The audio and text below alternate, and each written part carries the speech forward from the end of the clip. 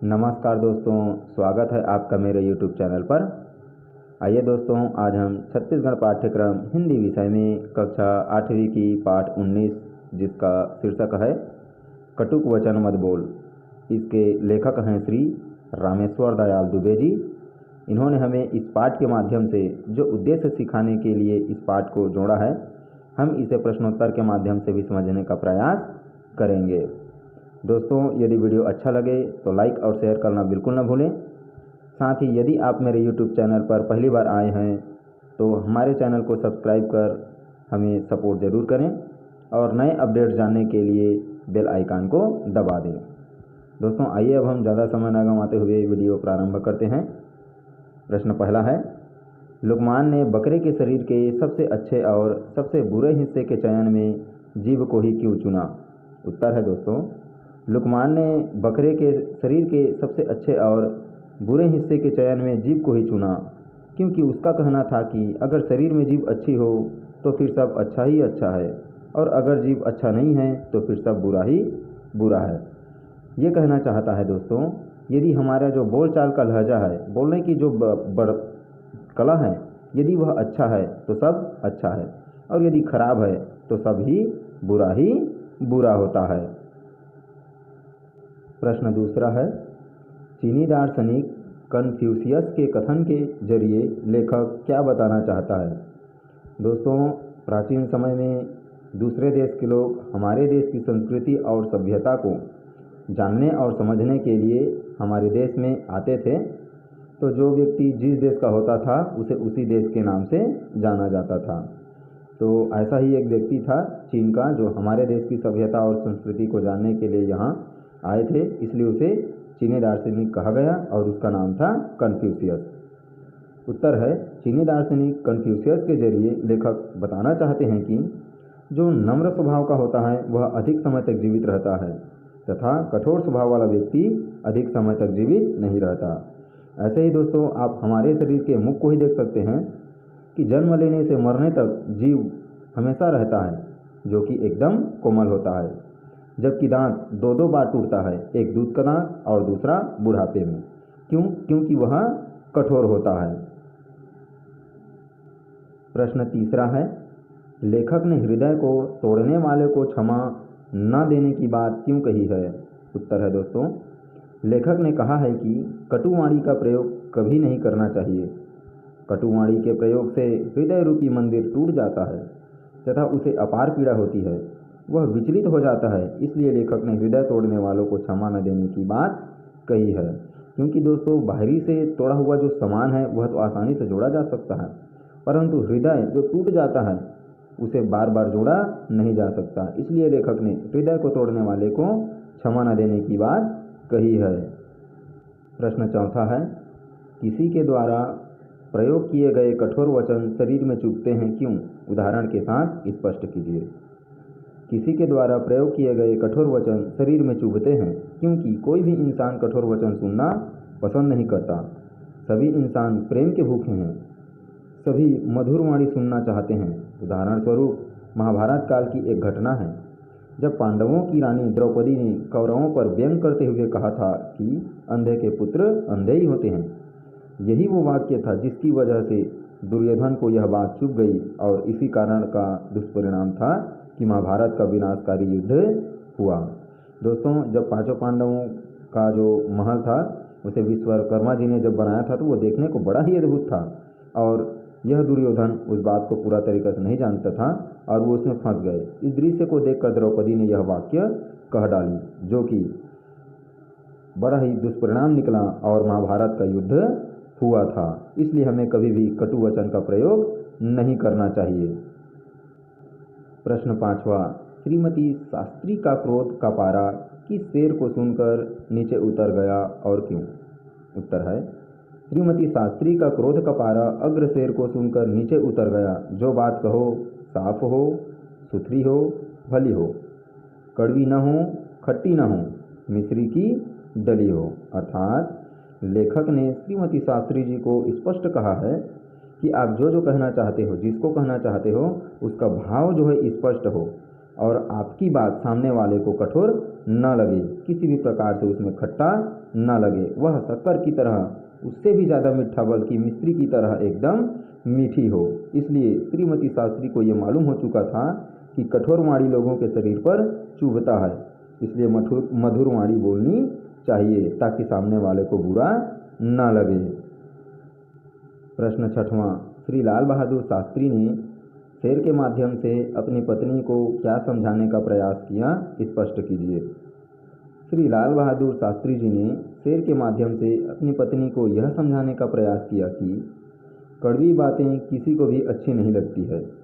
यदि किसी से गलती हो भी जाती है तो उसे मधुरता के साथ समझाया जा सकता है ताकि सामने वाले को भी बुरा न लगे। दोस्तों, यदि हम उसके साथ कठोर वाणी का प्रयोग करते हैं, कटु वचन का प्रयोग करते हैं, तो उसके स्वभाव में और ज़्यादा चिड़चिड़ापन आ सकता है और यह छोटी सी बात एक बड़ी विवाद में परिवर्तित हो सकता है। इसलिए हमें उसे प्रेम से समझाने का प्रयास जरूर करना चाहिए। प्रश्न 7वां, दोनों ज्योतिषियों ने राजा को एक ही बात कही, उनके कहने के तरीके में आपको क्या अंतर लगता है?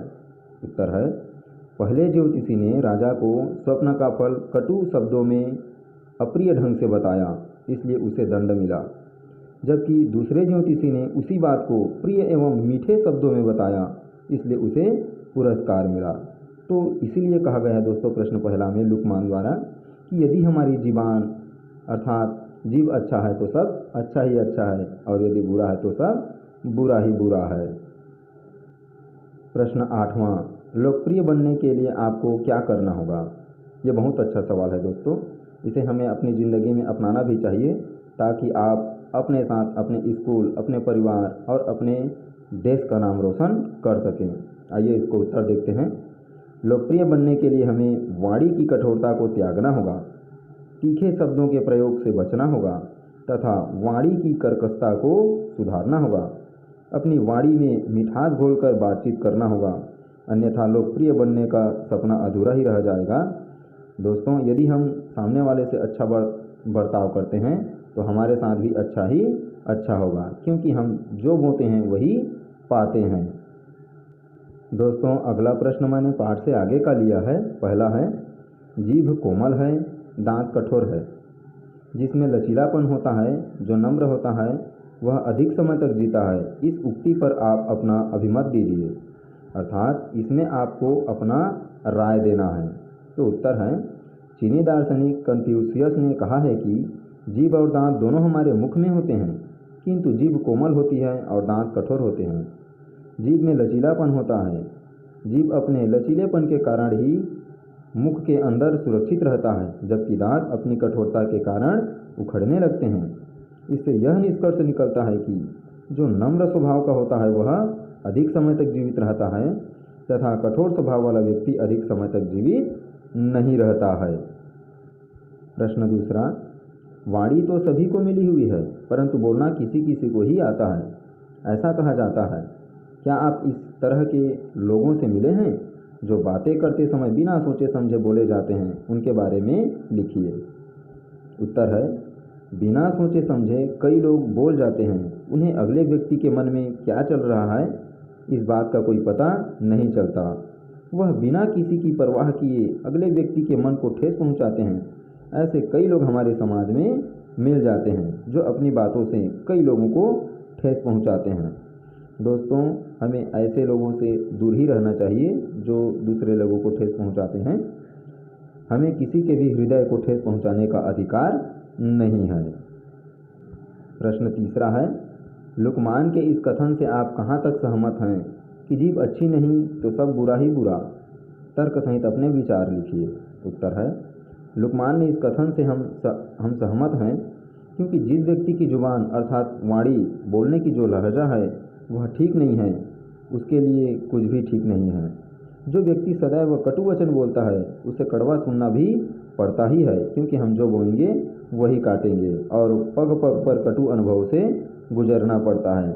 दोस्तों, जैसे हम मुनगा के पेड़ को देखे हैं अर्थात सहीजन को पेड़ को, उस पर यदि हम कितनी भी मोटा है बोलते हैं फिर भी वह आसानी से टूट जाता है। जबकि इमली का पेड़ पतला होते हुए भी वह आसानी से नहीं टूटता। क्यों? क्योंकि वह लचीलापन होता है। प्रश्न चौथा, पाठ में आए कुदरत, जबान, नापसंद, शक्ति जैसे विदेशा शब्दों के पर्यायवाची शब्द लिखिए। दोस्तों, जो हमारे देश की भाषा से उत्पन्न हुआ शब्द है उसे देशज शब्द कहते हैं, और जब हमारी भाषा से बोलने के लिए ऐसा कोई शब्द नहीं होता तो हम उस भाव को व्यक्त करने के लिए दूसरे देश की भाषा से जो शब्द लेते हैं उसे विदेशज शब्द कहते हैं। तो यहाँ पर ऐसे ही कुछ विदेशज शब्द दिए गए हैं जिनके पर्यायवाची शब्द होगा कुदरत, ईश्वर, भगवान, शक्ति का जटिल, कठिन, जबान का मुंह, जिह्वा, नापसंद का घृणा, नफरत, शेर का सिंह और नाहर होगा। प्रश्न पांचवा है, पाठ में आए दुर, सद, वि तथा परि उपसर्ग से नए शब्द बनाओ। दोस्तों, मूल शब्द में हमें इन्हें उपसर्ग लगा करके नए शब्द बनाना है। दोस्तों, ऐसे ही कक्षा 5वीं और 8वीं के सारे वीडियोस देखने के लिए हमारे चैनल को सब्सक्राइब जरूर करें। और दोस्तों, यदि आपको कोई समस्या हो तो वह हमें कमेंट बॉक्स के माध्यम से ज़रूर साझा करें। आइए दोस्तों, अब हम इसको पूरा करते हैं। दुर उपसर्ग से शब्द बनाए हैं दुर्लभ, दुर्गम, दुर्गंध, दुराचार और दुरुपयोग। इसी प्रकार सद उपसर्ग से है सद्गुण, सदुपयोग, सदाचार, सद्गुरु। वि शब्द से है विज्ञान, विदेश, विनाश, विराम और विपक्ष।